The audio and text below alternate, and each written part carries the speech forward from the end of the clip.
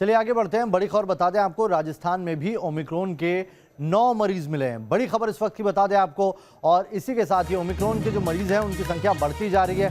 अभी कुछ घंटे पहले महाराष्ट्र से 7 नए मरीज मिले थे और संख्या हो गई थी 12, और अब ये 9 और मरीज मिलने के बाद 21 मरीज हो चुके हैं अब तक। बता दें आपको कि भारत में ओमिक्रॉन मरीजों की संख्या में लगातार इजाफा होता जा रहा है। जयपुर में ओमिक्रॉन वेरिएंट के 9 नए मरीज मिले हैं। दक्षिण अफ्रीका से 4 लोग लौटे थे, वो ओमिक्रॉन संक्रमित पाए गए। अभी कई ऐसे लोग हैं जिनकी जीनोम सीक्वेंसिंग रिपोर्ट आना बाकी है। सोच सकते हैं आपके आंकड़ा कितना ज्यादा बढ़ सकता है। जयपुर में 9 लोगों के अंदर ओमिक्रॉन वेरिएंट मिलने के बाद जो भारत में कुल संख्या है वो 21 तक जा पहुंची है। महाराष्ट्र में 8 मरीज हो गए हैं, दिल्ली में 1, बेंगलुरु में 2, गुजरात में 1, और अब जयपुर से भी खबर आ रही है 9 ओमिक्रॉन वेरिएंट के मरीज यहां से भी मिलने की जानकारी। बेहद डराने वाली सिचुएशन इसलिए भी हो सकती है क्योंकि बता दें आपको, तमाम जो जानकार हैं वो जनवरी में तीसरी लहर आने की बात कह रहे हैं, और इसीलिए खतरा और ज़्यादा बढ़ जाता है। जिस तरीके से डेल्टा वेरिएंट खतरनाक था जो हमने दूसरी लहर के दौरान देखा था, बड़ी तादाद में ऑक्सीजन की कमी हुई थी, जगह जगह पर लोगों की मौत की खबर थी कोरोना से, और ऐसे में ओमिक्रॉन वेरिएंट को डेल्टा से 7 गुना ज़्यादा खतरनाक बताया जा रहा है। ऐसे में वाकई ये बहुत डराने वाली खबर है। लाल सिंह फौजदार हमारे साथ जुड़ गए। लाल सिंह, ये तो ब्लास्ट हो गया ओमिक्रॉन वेरिएंट का राजस्थान में। देखिए, बिल्कुल आपने सही कहा कि ब्लास्ट हुआ ओमिक्रॉन का राजस्थान में, और ब्लास्ट की अभी कड़ी और जुड़ना बाकी है। देखो, मैं बता दूं कि ये 9 लोग संक्रमित आए, ये वो लोग हैं जिनके सैंपल लिए गए थे। 4 अफ्रीका से भर्ती थे आरएचएस में, और 5 लोग जो उनके संपर्क में आए थे उनको होम क्वारंटीन किया हुआ था। लेकिन अफ्रीका से आया हुआ परिवार शादी में शामिल हुआ था, और उसमें लगभग 400-500 लोग उस दौरान उस परिवार के संपर्क में आए हैं। हालांकि दो लोगों को उनको टेस्ट किया गया है जो सीकर के रहने वाले हैं, लेकिन ये कैसे मान लिया जाए बिना उनकी टेस्टिंग के कि जो बाकी 400-500 लोग शादी में आए थे वो उनके कितने संपर्क में आए, उनमें कितने लक्षण है या नहीं है। क्योंकि सबसे गंभीर बात ये है कि इस मामले में ये जो लोग जितने भी ओमिक्रॉन संक्रमित मिले ये एसिम्प्टोमेटिक हैं, इनमें लक्षण नहीं है किसी में भी। इसलिए हम इस बात का इंतजार करें कि किसी में लक्षण आएगा, इसके बाद जांच करें तो हो सकता है।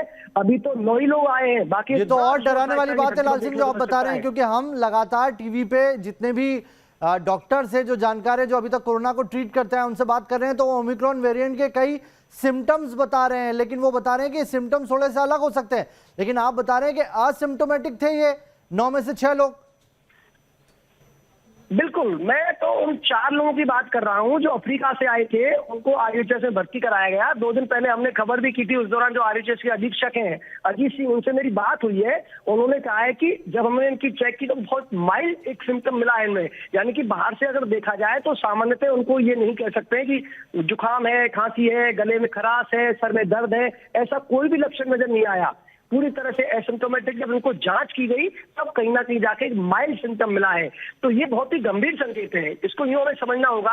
क्योंकि बाकी जो 400-500 लोग जब उस समय शादी समारोह में शिरकत कर रहे थे, ये लोग उस समय वहां खाना भी खा रहे थे, मिल भी रहे थे, कितने लोग संपर्क में आए होंगे, उनकी टेस्टिंग हुई है या नहीं हुई। लिहाजा इसमें कोई शक सुबह नहीं बचा है कि राजस्थान में आने वाले कल में एक बड़ा विस्फोट ओमिक्रॉन को लेकर देखा जा सकता है। बशर्ते अब सरकार को सावचेत होना पड़ेगा, टेस्टिंग बढ़ानी होगी, और उन सभी जो शादी में लोग आए थे उनको चिन्हित करके तुरंत उनकी टेस्टिंग हो, वरना हो सकता है आने वाले कल में हम बड़ी ब्रेकिंग दे रहे हो राजस्थान के लिहाज से कि ओमिक्रॉन का बड़ा विस्फोट हुआ है। जी, सरकार से कोई बात हुई, कोई फौरी कदम उठाने की कोशिश की जा रही है, क्योंकि ट्रेसिंग तो बहुत जरूरी है।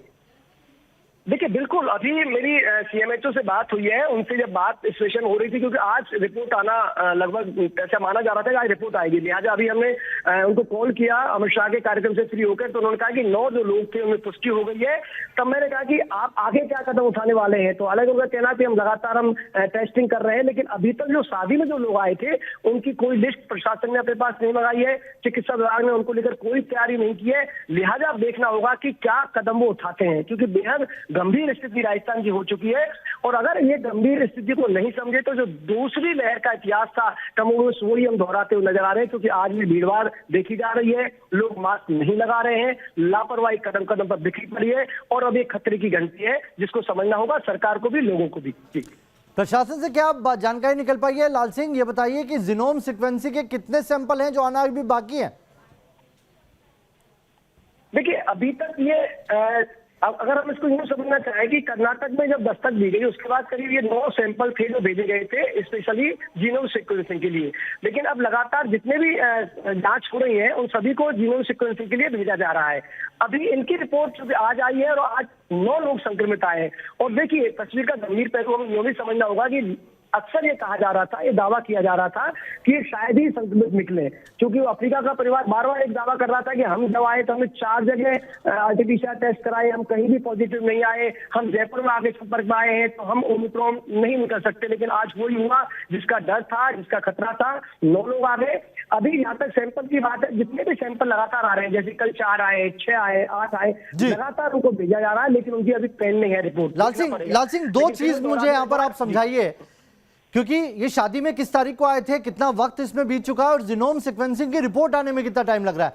क्योंकि आप जो बता रहे 500 लोग शादी में शामिल हुए थे, वो आंकड़ा तो बेहद खतरनाक हो जाएगा अगर, क्योंकि जीनोम सीक्वेंसिंग की रिपोर्ट आरटीपीसीआर से ज्यादा वक्त लेती है।